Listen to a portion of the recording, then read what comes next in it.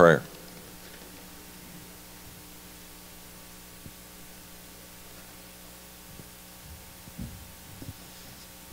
Real quick, I remember I was in high school. This will be 30 seconds. I remember when I was in high school, it was time to buy shoes for our basketball team. And I was the kid on the team who couldn't afford the shoes. And coach laid out a $69 pair, an $89 pair, a $109 pair. Okay? And so it came the day where everybody was getting their shoes. And I knew I didn't order mine. And every person on the team got their shoes. And I know everybody was looking at me and I didn't have the shoes. And so coach said, all right, everybody got your shoes. We're going to wear them today because we have a game in a week and you need to break them in. I remember all the guys get up, start bouncing the balls and doing their stuff. And I was like, oh, man, I don't have shoes and I'm embarrassed. And coach said, Dave, come in the office. Dave McCormick, come in the office with me. Man, I was scared. I was in trouble. He walked in there and he opened up this shiny box. He had a $109 pair of shoes. And he said, somebody did this for you. Don't worry about who, but they just want you to know you're loved. And it's with that sentiment that I'm excited to be a part of this Bright Futures. We're going to tell you all about it. And that's the kind of stories we hope that happens with this. Let's pray. Lord, we love you. And the two greatest commandments is to love you with everything that we have. And God, and the second is like that we would love our neighbor. And so, Lord, as we just think about our neighbors here in Poplar Bluff, I pray that we would do everything in our power to just share, to love, and to build a bright future for everyone in our community. Go before us today in everything that we talk about. It's in your great name that we pray. Amen. Thank you, Dave. What a great community. It's an exciting time to be in our community. We have a lot of people trying to serve our students, serve our businesses, and take this community into the next century. A lot of you are fighting the fight, trying to help students, trying to help families, and Bright Futures is not anything that wants to step on anybody's toes. It's an opportunity to bring everybody together and communicate so that we can meet the needs, the basic needs of our students and our families, and break the cycle and let those students have the opportunity to take care of their families through time, talent, and treasures. As a school district, again, it's an exciting time. We got a lot of things going on. We're started our digital transformation in our second year, 7 through 12. We're in the middle of a building plan, but it really comes down to why are we here? We're here for students and kids. And we just appreciate everything you do, and hopefully through Bright Futures, we give you the opportunity to serve our students and serve our community. Our goal at this school district is to provide the type of school that you expect. And I know that you have high expectations, and we have high expectations. And we're very excited about Bright Futures being able to bring your time, talent, and resources in to meet this need of the students. Not to build a pavilion, not to do this, but to really help students succeed in school. Today, we're very lucky that we have Dr. C.J. Huff with us. Dr. C.J. Huff started the Bright Futures movement in Joplin, and he can talk a little bit to how far that's moved in southwest Missouri and even other states. We were one of the first movements in the east part of the state. C.J. has shown to be a great leader. I think it's not sometimes what you know, but who you know, and that's been very important for me as we look to some of the initiatives that we put into our school district. One of our first ones was the digital transformation, and we did a lot of collaboration with Mooresville to move that through. And then over the last 2 years, we've been researching and working towards bringing Bright Futures to our community. And so with Mooresville, I was able to collaborate with Dr. Mark Edwards. And through this initiative, I've been able to collaborate with CJ. He got up, he left his job yesterday afternoon. He just opened a high school a week ago and had a few dignitaries there, I think a vice president or whatever, when they did open that. And so it's great, but he has scheduled this on his calendar for over a month, and we appreciate that he was able to share what he knows and what he does. CJ is determined, as you know the story of Joplin, to rebuild after that horrific tornado. And CJ had the courage to begin right after the tornado, went out and worked that day, and then shortly after that set up a time clock in his community and said, we're starting school, and he started counting down the days. So the courage to step out there and make that commitment is great. Going back to the point of collaborating and sharing, I look up in 2013, I'm looking at the 4 finalists for the National Superintendent of the Year, and I see Dr. Mark Edwards, and I see C.J. Huff up on the stage, and I think it's not what you know, it's who you know. So we were very, very good to collaborate with them, and we could continue that process. But I want to really bring C.J. in and let him talk about what got Bright Futures going and what Bright Futures has done for Joplin. So without further ado, Dr. C.J. Huff. And also I have a bio at each table there on C.J. if you want to read about their story. Thank you. Well, I appreciate this great opportunity to be here today. I don't know about you all, but I could have breakfast like this every Friday from this point forward. So I want to thank the cooks that are here today. I want to share with you a little bit about the background of Bright Futures. We actually started this work prior to the tornado in April of 2010, and it really kicked off exactly like you guys are kicking your event off today with the breakfast, where we brought faith-based leaders, human service agency leaders, and business leaders together to have a conversation. And that conversation was around this idea of what we can do to take care of our children. And I don't know how the composition of Poplar Bluff in terms of your business relationships, but it's really neat when you see business that compete on a day-to-day basis in a very competitive environment sit down together and talk about this idea, this common ground that we call our children. And I think that's one thing that we can all unite around, is that we all want to take care of our kids. The question is, how do we do it, and how do we do it in an efficient way? So what really got the fire lit in Joplin was this issue that we had around the graduation rate. When I started at Joplin, I'm going to back up. 1996 in Joplin, Missouri, our graduation rate was 54%, abysmal. Now, that was prior to my arrival, obviously, by about 12 years.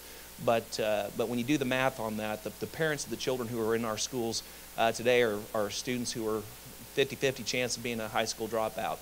And so we started the work, and when I got there in 2008, our graduation rate was around 72%, still abysmal.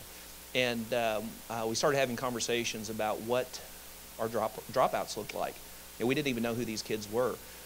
So we spent a lot of time talking to kids that have dropped out of school and were thinking about coming back, kids that had come back, as well as their parents and educators and others, and collecting a lot of information. What we learned, it really wasn't school that was pushing kids away. It was what was happening outside of school that were creating challenges and obstacles that didn't allow kids to come to school. And you know, just like the story that Dave just told about that pair of basketball shoes, we have kids sometimes who show up in flip-flops on a winter day, and we just think, that kid, you know, he just likes flip-flops. No, kid may not have shoes to wear. And so we've become very much more aware in Joplin about the needs of our children. But I'm going to take a step back here, and I'm going to ask all of you to think about yourselves for just a minute as adults. You know, we're all business leaders here, and human service agency leaders, faith-based leaders. And not only do we have to take care of ourselves, but we're also carry the heavy burden of taking care of other people around us, you know, the people that follow us. And on any given day, I guarantee you that you probably have somebody in your organizations that are struggling. They have something going on in their personal lives that makes it very difficult for them to do their jobs well. And when you stop and think about that, you know, for me personally, there's a few things I have to get my day started well. I need 6 hours of sleep and a cup of coffee or two, or half a pot or a pot. But whatever I've got to deal with that day pretty much dictates how much coffee I drink. But those are basic needs that I have. And I remember recently, about 3-4 months ago, I had a staff member come to me in tears. And she said, CJ, I'm sorry, I can't give you 100% right now. I feel like I'm not able to do my job. And I said to her, well, what do you know, I knew enough about what was going on in her life to know that she did have some struggles. And I said, well, what do you have to give? And she said, I can only give you probably 60-70% right now. And I said, if you can give me 100% of that, that's all I ask. And I think that's the way we are as adults, and how we care about the people that we lead, that we know that even ourselves, we struggle on a day-to-day basis. I can't give 100% every day. I try to give 100% of whatever I got. But we think about that and transfer that to our children. And you think about the fact that you're in a community with over 5,000 students, 62% free and reduced lunch rate, which, you know, simple math, that's about 3,000 of your kids. Think about that for a second and what we expect children to do on a day-to-day basis. The expectations in education are higher than they've ever been. The standards are higher than they've ever been, and we expect kids to give 100% of 100% every day, even if they don't have it. And I can promise you that there were children last night that went home to a house with no food on the shelves, no bed to sleep on. Maybe they were sexually abused last night, but they're coming to school today, getting ready to walk through your doors, and they're expecting and know that they're going to be loved and taken care of there. But they have all this other baggage and things that they're struggling with that keep them from giving everything that they're capable of giving. And that's why we're here today, is to have that conversation. And if you were to go out into the community, my elevator speech, and I think these are 3 really important things for you to know about what Bright Futures is, because that's probably one of the things you're all trying to figure out. What is Bright Futures? Number one of the reasons that we set up Bright Futures, as I've mentioned already, was to meet the basic needs of any kid within a 24-hour period. Create a rapid response system so that any kid's need that pops up, that we can knock that need out in less than 24 hours. We're successful with that probably 98-99% of the time in Joplin, and you're going to learn how that happens as you take this journey together. The number 2 thing, which I think is probably one of the most important things that you have to do, is take a look at the leadership capacity in your community. One of the things I know about sustainability and good planning is that you have to create a leadership structure that allows for ongoing work, ongoing effort, and we do that in several ways, and you'll learn about that too. But it's about, number 1, creating a rapid response system to meet any kid's needs within a 24-hour period. Number 2, building leadership capacity in the community to carry this effort going forward. And the third component of this, coming full circle in the model, is this idea of service learning, teaching kids how to give back. You know, this is, I think, a really important concept that if we want to grow the next generation of servant leaders, if we want to grow the next generation of good neighbors and kids who have a innate desire to support the community and support one another, that love thy neighbor philosophy, that can happen inside the schools and inside the community. And that's a big part, and probably the thing that I'm most excited about, and I've seen many, many examples of that over the last couple of years, and we're just, as a school district, just dipping our toes. And I'm not talking about community service, I'm not talking about penny drives, I'm talking about true service learning, where they're doing work in the community that's tied to their curriculum, so they're learning what they need to learn at the same time that they're giving back. And what I know, and I remember growing up in southeast Kansas on a farm, every winter, my mom, and this was community service, but it was a good experience for me, made sure that we baked cookies. I'd bake the cookies myself, and we'd go around to the senior citizens that lived out in the country, and we deliver plates of Christmas cookies to probably a dozen senior citizens. I never understood why she made all 3, me and my 2 brothers, do that every year. I understand now, because I remember how that felt. You know, it was a little embarrassing to walk up to the front door and do that. I shouldn't say embarrassing, I was shy. But it got me out there, and the smiles on their faces and what we were able to do for those folks and bring a little bit of sunshine to their day was an important part of that lesson. And I think that we need to instill that type of that type of thing for our kids. You know, a couple quick stories, and I'll wrap up.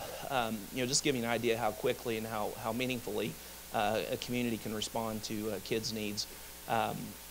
When we talk about this idea, and Chris mentioned earlier, this idea of tapping into time, talent, and treasure, I'm going to give a quick example of what that looks like in Joplin, Missouri, and looks like in so many other communities as well. What I appreciate, my favorite story, is I went over to Emerson Elementary School, and this is in January of 2011, about 4 months prior to our tornado. And I walked into Emerson Elementary School, and the Community Foundation of the Ozarks was there that day to give a check to our Emerson Elementary School for their snack pack program, a weekend backpack program for food insecure kids. You have something like that here. And so it was funding for that particular program. When I walked in, every single one of the kids, there's 230 students in a school, kindergarten through 5th grade, tremendous amount of diversity. 23% of the students in that particular school had a parent that either had been or was currently incarcerated. Very impoverished part of our community, 93% free and reduced lunch rate. Every single one of those kids were sitting on the floor waiting for this assembly, and every single one of them had a hand-knitted stocking cap on their head. I did not know I had no idea that had happened. I didn't know what that was about. And so there was a parent to my left, and I asked her quickly, I said, what's up with all the stocking caps? and she pointed to two elderly ladies that were at the front of the room that were disabled. And she said that those two ladies sat on our Bright Futures Council. Every school in my district has a site council that consists of faith partners, business partners, human service agency partners. And she said those two ladies, they were at our site council meeting last Thanksgiving, so November 2010. And we were talking about the needs of our kids as we go into the winter months. And obviously, you guys probably have the same problem here, hats, coats, gloves, that kind of thing to prepare for the cold winters that we have. And she said that they were the faith partners. They were representing the faith partners, and they were talking about those things. And those two ladies took the time, and they volunteered to hand knit stocking caps and scarves and gloves for every single one of those kids in that building between Thanksgiving and Christmas. And they'd given those kids, and they did that. And they had the time. They were disabled. They were looking for a way to give back. Their treasure was the yarn that they had in the closet, and the talent was their ability to knit.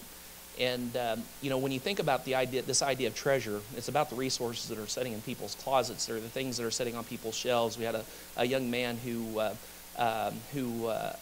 was in high school and was wanting to enter the welding program at Franklin Technical Center, which is our technical school. And he was homeless. He was living on his own, and he was working a part-time job trying to pay the rent and go to this welding school so he could get a job, a real job that paid well, so he could support himself as an adult. And his problem was that he was a big kid. He wore size 13, and the required equipment for that particular class was a size 13 pair of steel-toed work boots. Our human service agencies didn't have those on the shelves, and he needed them the next day. And so what we did, one of the things you'll learn about is a Bright Futures Facebook page. You have a Bright Futures Poplar Bluff Facebook page. If you're a Facebooker, you need to go out and like it today. You're going to start seeing some stuff coming out on that soon. But we put it out there on a Bright Futures Joplin Facebook page, and in less than 15 minutes, a lady responded back and said, hey, I've got a brand new pair of these still sitting in the box. They're in my garage. I bought them for my husband 3 years ago, and he's never worn them. Where do I deliver? And that's the kind of connections, when you think about this idea of treasure, that we're able to make. And it's not us going out and asking for a handout. It's about how we can help kids get a hand up. And what's really cool is oftentimes there's the patrons in our community that help support these kids will put little encouraging notes in those. It's all anonymous, but they'll put an encouraging note to those kids. And oftentimes the kids will respond back, and we're able to get those notes to those folks that have given. And it makes it very personal and very real. And so when I come to an event like this, and I've only been to 2 or 3 of these. We have 30 communities in 6 states right now, and it's growing by leaps and bounds, servicing over 150,000 kids at this point. And we're very proud of the fact that we're able to bring resources together and bring people together, bring communities together, and create this web of interconnectedness that has to happen. You know, it just makes sense that we work together. We find our common ground and work together to make a difference in the lives of these kids. They are our future. They are the next generation. And someday the children that are in their schools today are going to be sitting at a breakfast just like this, figuring out how they can bring a little piece of heaven down here on earth and make this world a better place as a direct result of that collective effort. So I congratulate you and thank you for being here today. You're about to begin an amazing journey.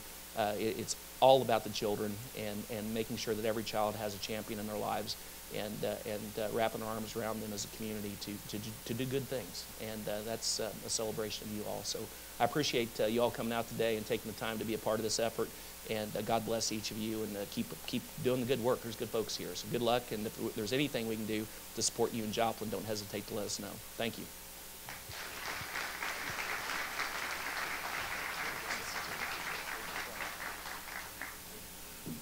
Okay, we have some partners that are on our board and different things, and we're going to give a quick synopsis of how they see this program working through their avenues. So I'm going to introduce Carrie Morrow from the Children's Division.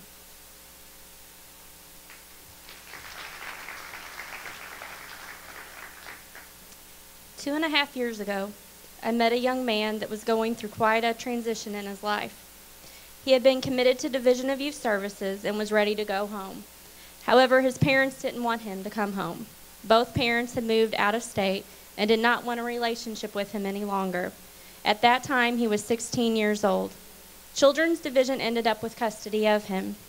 This young man struggled in his first few placements, just trying to acclimate with a new family. You see, prior to going to DYS, he had a life of being abused and neglected. He ate his meals out of trash cans. He was sexually abused, physically abused, He was living in deplorable living conditions. This young man once told me that he dreaded weekends because that meant he had to stay at home. School was his only relief. He said he felt safe at school. Although he liked being at school, it was hard for him. He struggled academically and socially. However, this past May, I attended this young man's high school graduation. I was the only one in the crowd that was there just for him. He is now working on living on his own and trying to figure out what he wants to do with his life. But he's happy, he's healthy, and he's safe. I know that if he had not come in to Children's Division custody, he wouldn't be where he is today. He had stability, he had structure, and he had people that cared for him and about him. I tell you that story to tell you this. There are many children in this community that are just like that young man. They are struggling. They are struggling with their basic needs to be met. Their parents can't find affordable housing. They can't pay their utilities. They can't keep themselves, their children, and their homes clean. Feeding their families, addressing their own physical health and mental health needs, addressing their drug addictions, child care issues, and getting the parental support that they need. The children that are struggling with those issues are also dealing with emotional and social issues, insecurities, depression, health issues, teen pregnancies, their own drug addictions, and safety issues. Right now in the 36th Judicial Circuit, which make up Butler and Ripley counties, we have approximately 370 children in foster care. In 2011, there were only 120 kids in care. That number has grown by 250 kids in 3 years. These children come into care due to numerous reasons, whether it's physical abuse, sexual abuse, emotional abuse, medical neglect, educational neglect, abandonment, unsanitary living conditions, homelessness, drug issues, their parents being incarcerated. Right now in Poplar Bluff, we only have 19 foster homes to provide placement for these foster children. That number is not nearly enough to fulfill the need that we have for these children. This time last year, we were basically in a crisis. We had a tremendous amount of children that came into care, and we had no homes to put them in. Misty Dodson from the Poplar Bluff School works with Children's Division in the Juvenile Office very closely.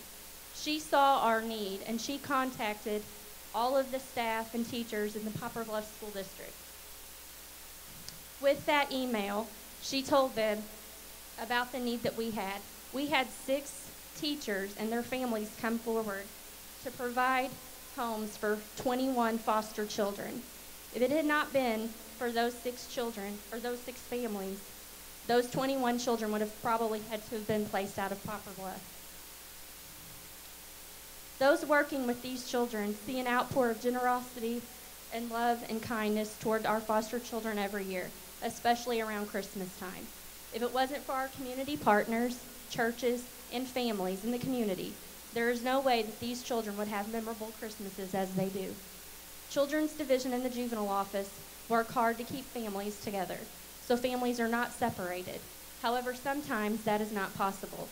We know that if we could put more supports and more guidance with these families, it would make a difference and would hopefully preserve these families and relationships. These children need strong, reliable caregivers in a safe home. Strong, secure relationships help stabilize these children's behaviors and provide the core guidance to build lifelong social skills. Knowing some of the children and families that we work with and that are in care, and ones that aren't in care, and how much it would mean to them to have someone take time out of their day to come and eat lunch with them, kick a ball with them at recess, help them study for a spelling test, I know all of those things would mean so much to all of them. I have full confidence that Bright Futures is going to give children that have lost their confidence, self-esteem, and hope a connection to grow and have healthy relationships. I do believe that the people of Poplar Bluff can come together and make a difference in the lives of children and families. Thank you.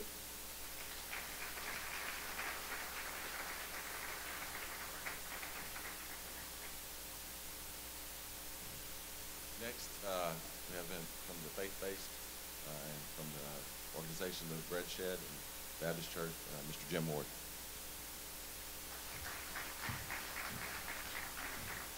I believe that every single one of us in the room have inherent DNA that wants to serve. I believe that we are wired that way, and Bright Futures is a way to communicate the needs. And these needs that are out there, the kids that were placed, most of the people in the room didn't know that that crisis existed. And there's other needs in the schools. There's 400 teachers, and then you have the counselors, and there are needs that these teachers are seeing every day, and they are overwhelmed with that, and they have some limited resources where they can call and ask for certain things, shoes or food, but by and large, they don't have a way to get that facilitated. So Bright Futures is a way to share information, both from the need aspect as well as the resource aspect. 7 years ago, a group of the faith-based people met just down the hall here, and we were trying to figure out how do we communicate the resources that are in our community. For maybe like a Fellowship Baptist Church has something that they do, and Living Word has something, First Baptist has something, Church of God has something. How do we share all that information? And so for me, the excitement is for Bright Futures is going to bring all that together, that we'll have the resources that are out there available. There's a Leonard Skinner song, and there's called Things Going On That You Don't Know. And if you don't know what I mean, why don't you stand up and scream, because there's things going on that you don't know. And there's stuff in our community that's going on, and we don't know about it. We can rise to that. This is an unbelievable community. I know that we will have more success with this program than the other communities out there, just because of this group, this area. The faith-based community is already united together. We are knit well together. So there's not a challenge that's out there that we can't pull together. The bread shed situation started because the men that started it are married to teachers. And that's it. You know, and Aaron Duncan came to us, and I call him Paul Rivera. He's the town crier. He sees the need. And so he brought that need to us, and the teachers and our wives. Hey, look, these kids are hungry. And in an hour, 175 backpacks will go out to kids in our community. But that started 5 years ago. And mentoring children today, that's going to take, you're going to see an effect and a change in our community, but that's going to take 7 to 10 years. You know, we were talking there, well, you got a lot of parents on drugs. Yes, we do. However, if we start mentoring today, 10 years from now, you're not going to see that. You're going to see a change. So there's lots of opportunities.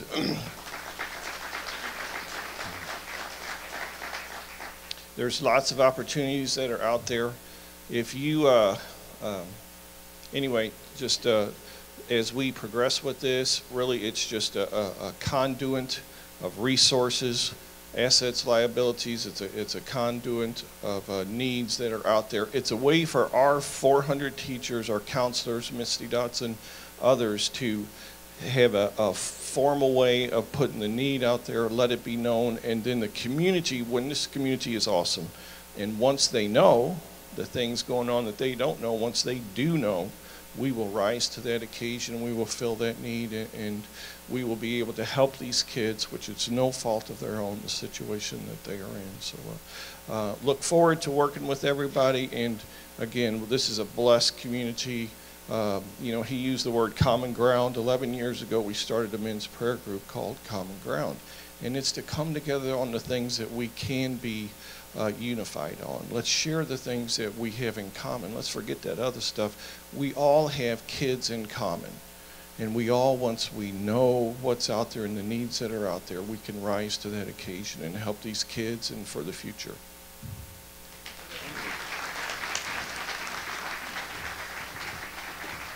Speaking of teachers, Dina Ward, Jim's better half, her students, that's her artwork in the centerpiece there. So thank Dina and her students. I'd like to introduce from the business area, Mr. Steve Halter, the Chamber Director. Thanks, Chris. And thanks, Jared, for the great facility. And also thanks for having me follow the preacher. It's always nice to do that. And where's Dave McCormick at? Dave, you still here? You mentioned the $109 pair of sneakers for basketball. Well, I ran track. I couldn't afford the track spikes. Here's how it worked for us back in the day. Here comes out the big box of last year's leftovers. Throw them on the ground. Pick them out, boys. But you know what? I was happy to get them because I didn't have another option. So I'm here really on two levels. This interests me. One is obviously from the business aspect, and the other is from personal. And they asked all of us to share a little personal story, and I'll get to that one. But first, we have a great business community here in Poplar Bluff. Very, very caring, always giving. Probably give more than they should. But I think this program really pulls it together and lets the business community know exactly what the needs are for our children. It's not these kids' fault that their parents maybe aren't doing the right things. They can't help it. They didn't choose their parents. That's an environment that they have to deal with. And this program will help us meet those kids' basic needs. We all have businesses in town that we all need employees, and there's businesses right now that can't get the right employees because they're not educated. And we have a great education system both in our college and our high school and our grade schools. But we need to improve that, always work on improving that. And these kids can't get educated if they're not getting their basic needs met. So I encourage the business community to wrap your arms around this program, help out in whatever way you can, whether it's sponsoring a book for the library every week, or whether it's mentoring, getting into schools and mentoring, being part of the program that we have called Gateway to Jobs, where we work with the kids on work ethic certification, whatever it is that you can help out with. I encourage you to do that as a business community, and I know you will. I know you'll step up. On a personal level, I don't share this story a lot, so I'm going to try to get through it. But, you know, I grew up in this town. Matter of fact, it's odd that we're having it right here in this building. I grew up about 200 yards from this building. This used to be, for y'all that are from here, this used to be a hill over here. Before this was a gym, before this was McLean's gym, it was a hill. We played on this hill all the time. Matter of fact, I don't know if there's no one here from the fire department. I burnt the hill down one time when I was a kid. The worst beating I ever took from my father. But we grew up with there's 5 boys in my family. Ran around with the Rollins, ran around with a lot of y'all as a kid. And my parents were great people, gave us a lot of love, but they didn't have a lot of money. They weren't college educated. Come time for college, we all wanted to go to college, but our parents couldn't afford to put us through college. So I had an option to work my butt off, do everything I could to make some money to get into college, or really go in the military. And not that there's anything wrong with going in the military, but that isn't what I wanted for me, and that isn't what my parents wanted. So I was fortunate enough to get an academic scholarship, but it didn't cover it all. So I was to the point where if I didn't get a little bit more money, I wasn't going to college. I was not going to go to college. I was going into the military. And one person in this town, Karen Miller, she's still in this town. She provided a $500 scholarship. Doesn't seem like a lot of money right now, but $500 was enough to put me into college. If it wasn't for someone like Karen Miller stepping up in the community, I wouldn't have went to college. And so I'm forever grateful to her. And we're not asking for $500 from everyone. We're just asking whether it's a pair of shoes, whether it's whatever it is. Like someone said earlier, it's probably something in your closet anyway, you know. And if you're a business, just take a little time, get into schools, help these kids out. So I just encourage you to wrap your arms around this Bright Futures. I'm really excited about it, and I know you will be too. Thanks, Chris.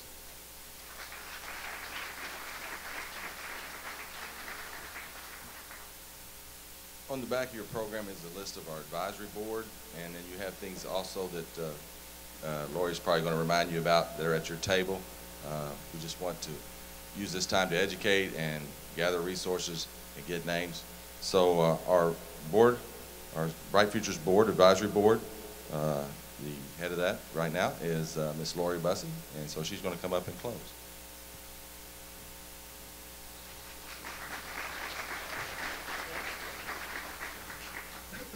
Good morning. Not my favorite thing to do to come up in front of everybody, but I just want to first of all say, wow, I mean, I'm so impressed everybody here this early on a Friday morning. I was a little concerned. But also, I want to say wow to the people that talked about bright futures before I'm up here. I mean, Dr. C.J. Huff, Carrie, Jim, Dave, everybody just did an awesome job. And if that doesn't touch your heart, and I don't know what will. Basically, you know, thank you, thank you, thank you. I also want to say I'm so proud of our school system and our community for wanting to do this for our kids in our community. I don't know why I get involved with these things, because I'm the worst one to do this in the world. Somebody will learn one of these days.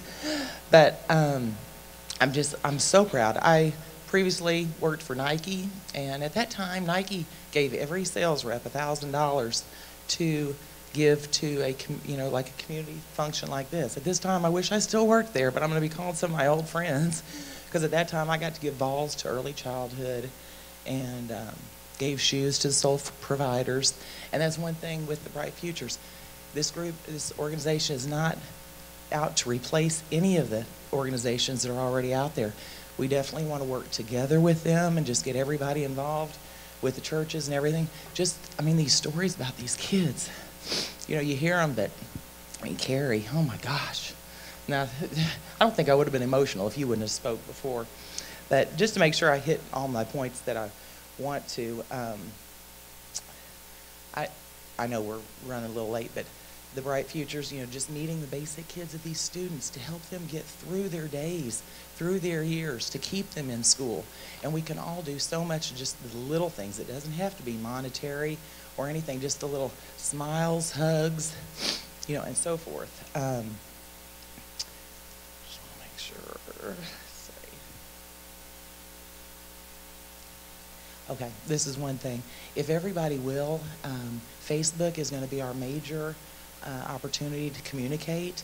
If you have your phones out and you haven't liked the Basic Futures, the Bright Futures, excuse me, Facebook page, if you would please do so. If you need help, somebody next to you can help. No, I still help a lot of people with their Facebook, and I'll be glad to help you.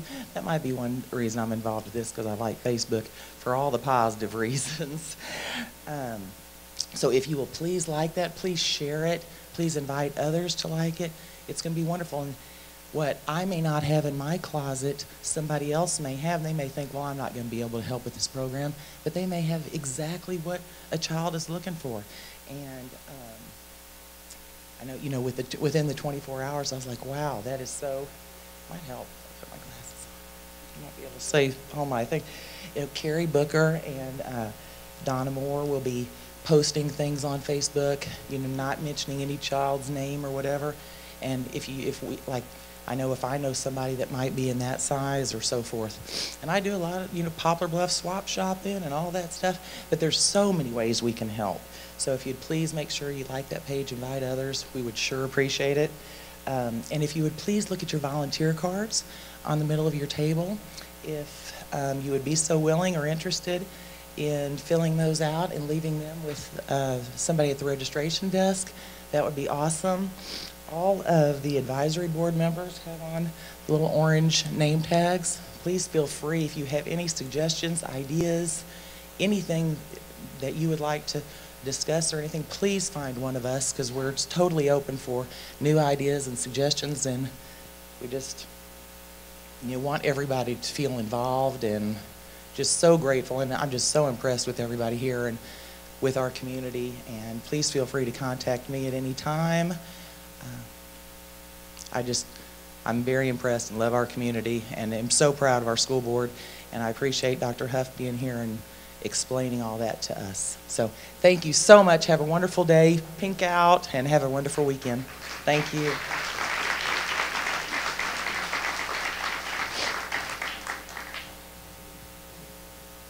Who just gets this? Anyone have anything they'd want to say? Bright Future, Poplar Bluff Bright Future.